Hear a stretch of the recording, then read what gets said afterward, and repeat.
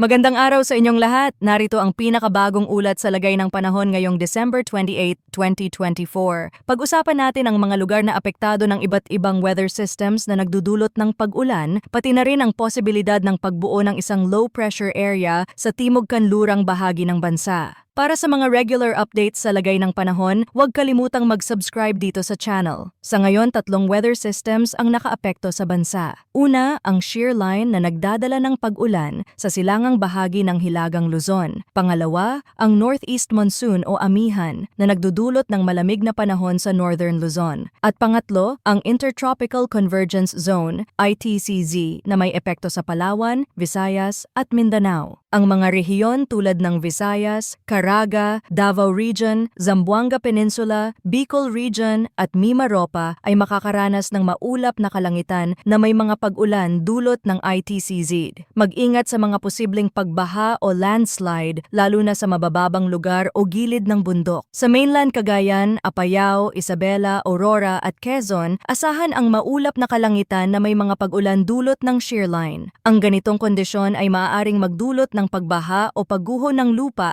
kaya't mahalagang maghanda. Samantala sa Batanes at Babuyan Islands, inaasahang maulap ang kalangitan na may mga pag-ulan dulot ng amihan. Bagamat malamig ang panahon, may posibilidad pa rin ng pagbaha o landslide dahil sa mga moderate hanggang malalakas na ulan. Sa Ilocos Region at natitirang bahagi ng Cagayan Valley at Cordillera Administrative Region, bahagyang maulap ang kalangitan na may mahina hanggang katamtamang pag-ulan dulot pa rin ng amihan. Kahit walang malalaking epekto, mainam na maging alerto sa anumang biglaang pagbabago ng panahon. Ang natitirang bahagi ng Mindanao ay magkakaroon ng bahagyang maulap hanggang maulap na kalangitan na may mga pag-ulan dulot ng ITCZ. Mag-ingat sa mga posibleng pagbaha o landslide lalo na sa mga lugar na madalas makaranas ng malalakas na thunderstorms. Sa Metro Manila at nalalabing bahagi ng Luzon, asahan ang bahagyang maulap hanggang maulap na kalangitan na may mga pag-ulan dulot ng localized thunderstorms. Bagamat panandalian lamang ang ulan, maaari itong magdulot ng pagbaha, lalo na sa mabababang lugar. Narito ang pinakahuling weather advisory mula sa Pag-asa. Ngayong araw, inaasahan ang heavy to intense rain sa mga probinsya ng Cagayan, Apayao at Palawan. Moderate to heavy rainfall naman ang mararanasan sa Isabela, Kalinga, Negros Occidental, Negros Oriental, Siquijor, Eastern Samar, Leyte, Southern Leyte, Dinagat Islands, Surigao del Norte, Misamis Occidental, Zamboanga del Norte, Basilan, Sulu at Tawi-Tawi. Bukas, posibleng magpatuloy ang heavy to intense rainfall sa Cagayan at Isabela, habang moderate to heavy rainfall naman ang inaasahan sa Apayao, Kalinga, Quirino, Aurora, Quezon, Camarines Norte, Oriental Mindoro, Marinduque, Palawan, Eastern Samar,